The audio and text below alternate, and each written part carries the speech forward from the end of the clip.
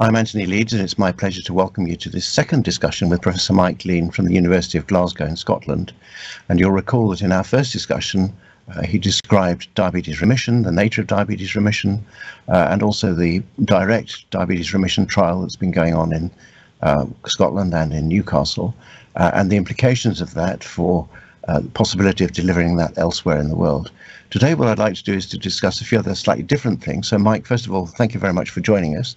And I'd like to begin by just commenting on the fact that quite a high proportion of people with type 2 diabetes also have obstructive sleep apnea, somewhere between maybe 25 and 80%. And I'd like to ask whether achieving weight loss in obstructive sleep apnea is really useful, because I know that in the UK, perhaps we're not as aggressive about managing it as would be ideal. First of all, could you describe obstructive sleep apnea and then advise us on what should be done in terms of weight loss? Yes, thanks, Tony. Obstructive sleep apnea is one of the less well recognized complications of becoming overweight. And for that reason, it is much more common in people who have type 2 diabetes. It's particularly frequent in people who have a relatively large waist, rather than just being fat elsewhere. So it's very much tied up with the metabolic syndrome. In its more extreme form, sleep apnea is recognized by people who actually stop breathing during the night, and often their partner will recognize that they have stopped breathing for quite a long time and then kind of gasp and get their breath back. And that's quite similar to what tends to happen at high altitude when, if you're short of oxygen climbing in the Himalayas, for example, you suddenly gasp and there's almost a panic trying to get oxygen again. And that is recognized, in more extreme obesity and in its most advanced form. But sleep apnea syndrome is relatively common at more modest levels of overweight, when it may manifest simply as having a bad night. People who feel that they wake up not well refreshed by their sleep. Sometimes they're aware that they haven't slept well. Often they are people who snore, and particularly if they snore loudly, that's a sign that the airways are becoming a little bit blocked, and they're tending to close up. So snoring is an early symptom. Waking up feeling unrefreshed, still feeling tired, and this may actually be interpreted as depression. So a number of people who are even diagnosed with depression, if they're also overweight, have type 2 diabetes, quite often that is actually a sign of sleep apnea syndrome. And if they are given formal testing, and you have to do quite complicated testing to see whether that is the case, you find that their blood oxygen levels drop during the night when they're not breathing strongly. And they do have periods when they are breathing much less than normal, and when blood oxygen levels simply drop because they're not breathing properly for a time. Now, this is a difficult problem because it's hard to recognize. When it is recognized, it can be helped in two separate ways, really. One is to provide ventilatory support using a machine which actually sort of forces more breathing on the patient during the night. It sounds pretty ghastly, and many patients don't find it very acceptable, but it is effective. More fundamental, I suppose, is that if people are able to lose quite a lot of weight, and we're really talking 10 kilograms or more here, their symptoms do get better. So this is very much a consequence of being overweight, frequently coexisting with diabetes and other manifestations of metabolic syndrome. And it's potentially serious because people with sleep apnea syndrome tend to die younger. So it is an important condition. Yeah, there is an association with raised blood pressure, isn't there, and also risk of stroke. Indeed. Yeah.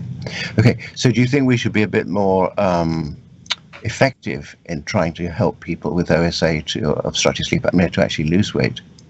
Oh yes, absolutely. The problem is that with conventional kind of dietitian approaches, losing 5 kilograms simply isn't enough to get on top of the problem. They really have to lose quite a bit more weight than that. And they are usually people who are quite substantially overweight. I guess the most important thing, though, is to look for it and to think about it when you have a patient who's overweight, particularly overweight and diabetes, who complains of being tired, waking up tired, or feeling depressed. And these can be symptoms of sleep apnea syndrome. Yeah. And there is, of course, some good clinical trial evidence, isn't there, that effective weight loss of about 15 kilograms actually does deliver a marked improvement in the scores that you get when you do the measurements. Absolutely, yes. Yep. Yep. Good. Okay. So are there any other lung conditions that we might expect to be improved by weight loss? Well, being overweight, one of the commonest symptoms of obesity is being short of breath or finding difficulty getting breath. And that is often perhaps slightly confused with asthma, and it becomes confused with heart failure. It's simply because this is a feature of being overweight, and sleep apnea is playing into this to some degree. Asthma, what we might regard as common or garden asthma, allergic asthma, is worse and causes more symptoms and is more severe and is more difficult to treat in people who are very overweight. And of course, if you then treat the asthma with steroids, which is often the case with severe asthma, that then aggravates the problem. It causes further weight gain, a further central fat distribution, which makes the whole problem worse. So asthma is very clearly related to obesity, being overweight, and we have limited evidence, but we do now have some evidence from our study in Glasgow, which is showing that with substantial weight loss, again, when we're talking 10 kilograms or more here, we'll get a significant improvement in asthma, reduce the need for steroids, which is very important. And you get a grateful patient if they can lose weight, they feel better in many other ways, and the asthma will get better. Yeah. So that is another lung condition, which again, it's a question of thinking of the obesity as an aggravating factor and something we can actually solve if the patient is well advised and follows a good program. So now another question is that if there is no specific sleep problem like obstructive sleep apnea, or as we know there are other types of sleep apnea, do people see an improvement in sleep? Because I've certainly anecdotally heard patients say that they have lost weight and that sleep has improved. Now, do we have any really good evidence that losing weight in the absence of a specific sleep problem is beneficial and improves sleep? You're absolutely right that people who feel they're not sleeping well will often report that they sleep better after losing weight. It's a moot question as to whether they actually have an underlying respiratory problem, such as sleep apnea. And of course, relatively mild sleep apnea may not trigger the formal testing to see if there is a degree of sleep apnea. In my experience, these are still usually the patients who were reported as snoring.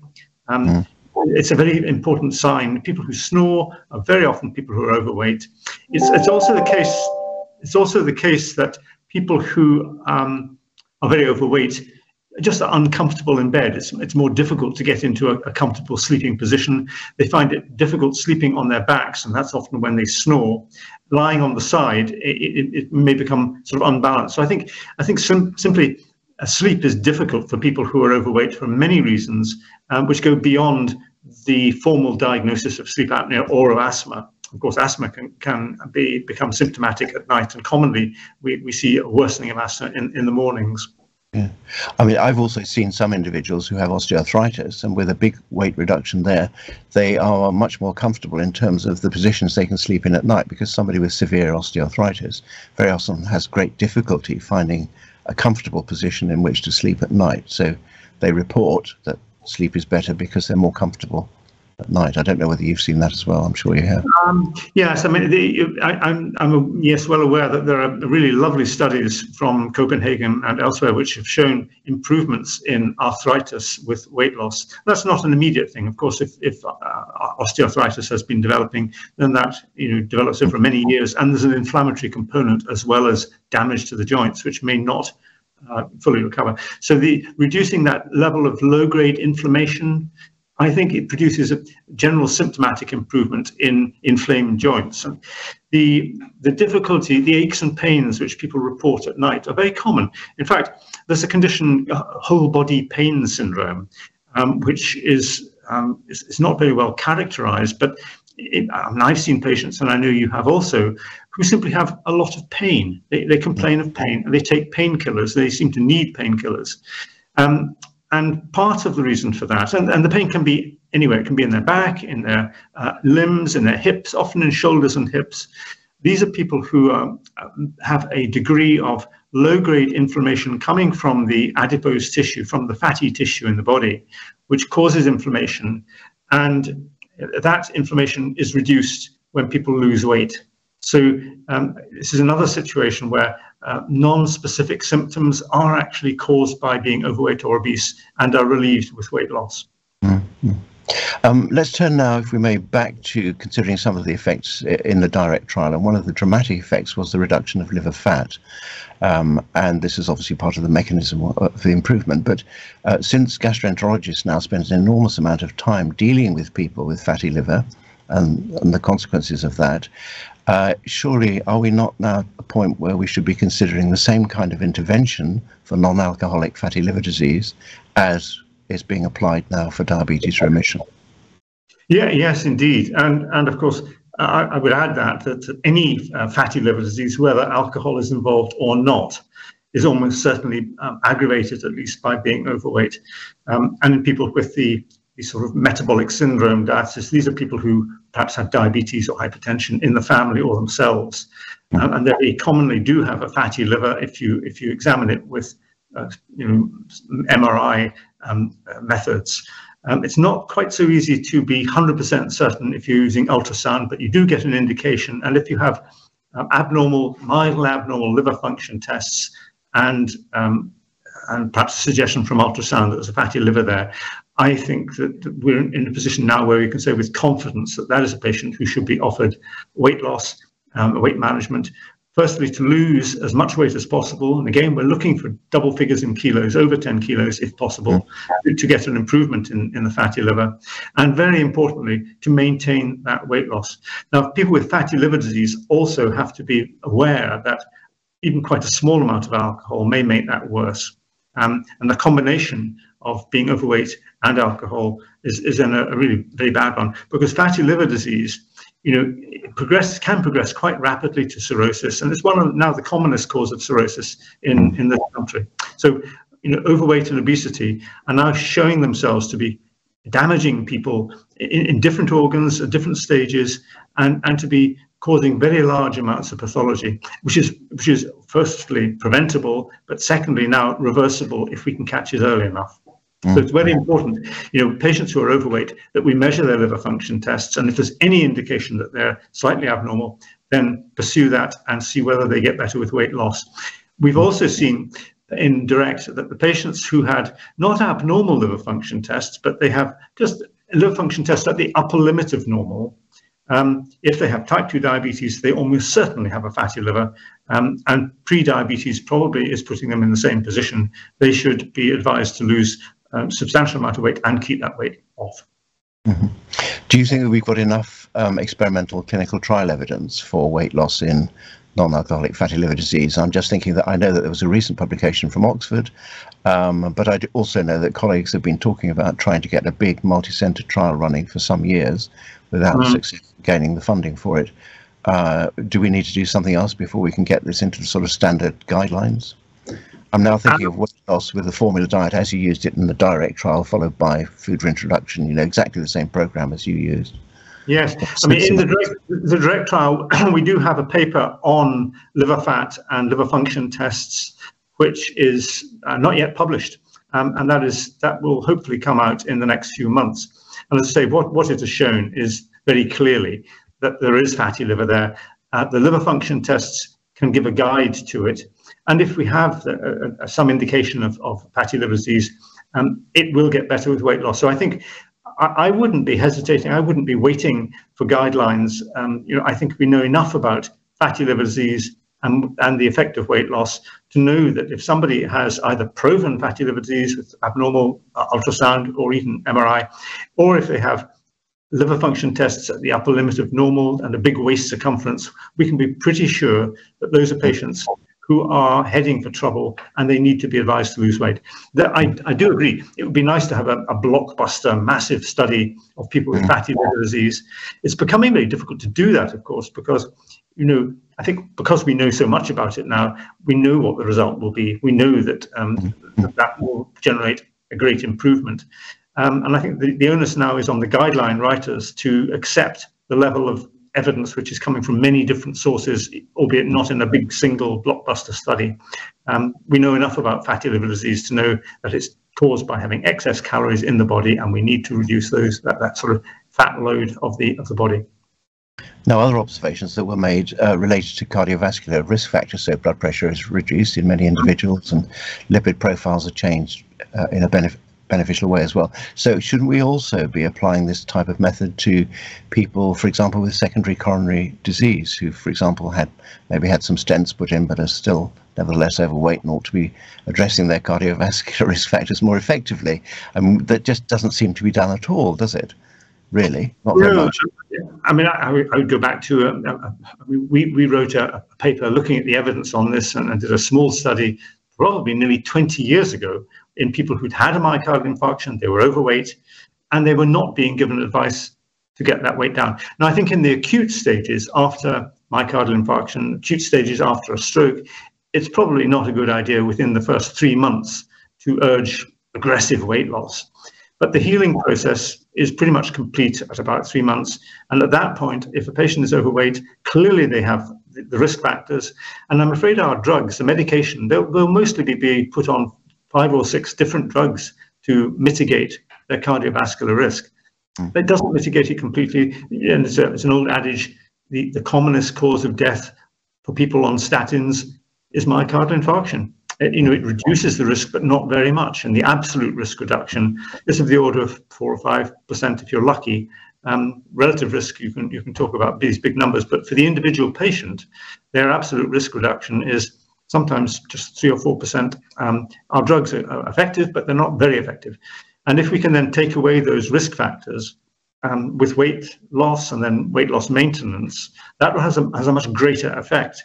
And I think one of the things we've learned from a series of studies recently is that effective weight loss, and we're talking about 10 kilograms rather than 5, 10 kilogram weight loss is a much more effective treatment than any of our medications for type 2 diabetes, for cardiovascular risk reduction, for hypertension. It goes across the board.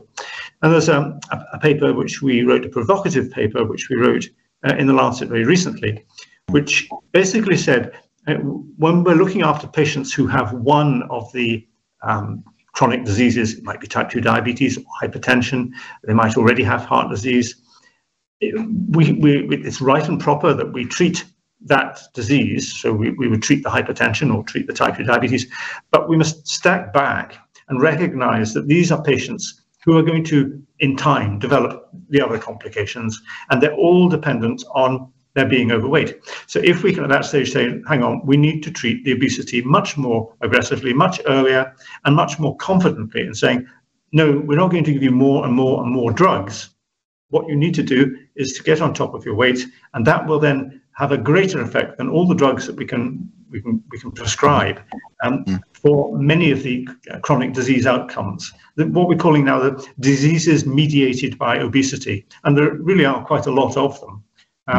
Rather than just treating one by one, if we do that, we're sort of missing what's often described as the elephant in the room. We're missing the underlying cause of a whole series of diseases which we need to address. But now if you tell me, please, if you could, how can we get to that point? Because that's not the way that things are done. We've got to get evidence, you have to get things into guidelines, and then people won't do things until they're actually in guidelines. So how are we going to get around this problem? Yeah, you're absolutely right. And until now, I'm afraid our guideline writing has been, and in fact, our medical training has been very much dominated by the success, 100 years of extraordinary success in the drug industry. That's actually not 100 years, is it? Since the development of penicillin, shall we say, in the 1940s, which is still only 80 odd years ago.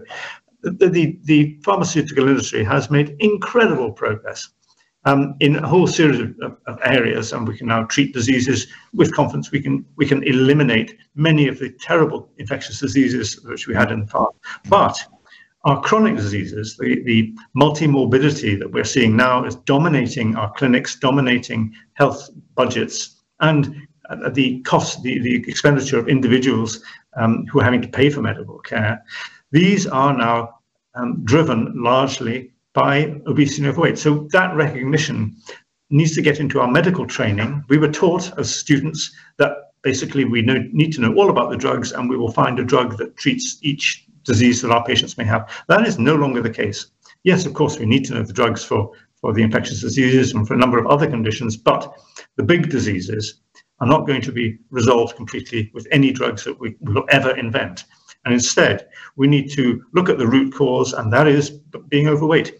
Now, our guidelines, to give them credit, have usually said the first thing to think about is diet and getting weight down. But usually that is only a few lines, and then you read page after page after page about the different drugs that you can give for diabetes or hypertension or whatever it is. Yeah. That hasn't changed. It's beginning to change. It hasn't changed far enough yet. And somehow we need to reward doctors who are giving good advice. And I think in many parts of the world, doctors are still rewarded by patients coming back and by receiving prescriptions from the doctor, and it's very much tied up into drug prescriptions. We need to stand back from that and say, okay, if we really want to improve health for people and to improve health of the population, we have to reward healthcare services for tackling the root cause, the obesity. And it isn't just doctors, of course. I mean, doctors don't have any real magic bullet. We may have an understanding, and sometimes we have experience, but the skills in helping people to negotiate a world which is effectively trying to make us eat more and gain weight. These skills go beyond medical training, and I don't think we need to, recite them all here. Dietitians have some insight. Sociologists may have some insight. I think teachers, school teachers, need to begin to tell people what it is that's causing some people to gain a lot of weight. And for your children and mine, I'm sure, were by the age of about 6 or 7 very able to understand the concept of calories in, calories out, and they knew where to look for them. Not in a bad way. I know it can be, it can turn into a pathology, but a sensible understanding of nutrition is something which I think we should be teaching in schools, perhaps primary schools. Yeah. Okay. So thank you very much indeed. As usual, we'll provide useful information and web links underneath this box with the video in it. So Mike, thank you very much indeed for talking to us. That's been extremely helpful. And I think you've indicated that perhaps we should have another discussion in a few months' time. So thank you very much, Mike. That's very good. And I think one of the things we should probably look at in the future is the effect of overweight and obesity on mental health and what we can do to try to improve that. Yes, we will in a few months' time. Okay, thank you very much indeed, Mike, in Glasgow. Thank you. Bye-bye.